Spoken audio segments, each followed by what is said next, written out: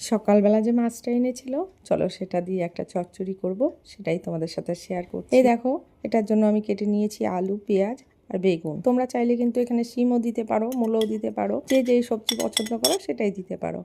এরপর দিয়ে দিচ্ছি মাছগুলো। কাঁচা মাছ দিয়ে এরকমভাবে মেখে তারপরে এই চচ্চড়িটা যে টেস্ট হবে, আবার মাছগুলো ভেজে করলে কিন্তু এক টেস্ট হবে। তাই আমি আজকে কাঁচা মাছ দিয়ে করছি।